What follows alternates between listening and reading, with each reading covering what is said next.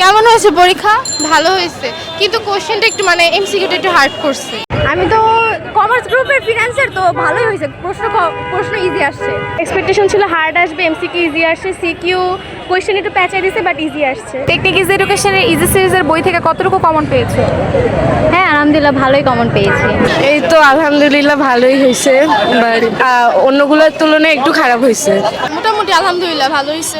এমসিকিউতে কত মার্কস পাবে বলে আশা করছো? 20-এর উপরে পাবো। সাজেশন থেকে কতটুকু কমন পেয়েছো? সবই কমন পেয়েছি। 25 পাওয়ার আশা আছে। এখন হয়তো দুই একটা হয়তো কনফিউশন মানে একটু ছিল, তার জন্য 20-এর উপরেই পাবো। 28।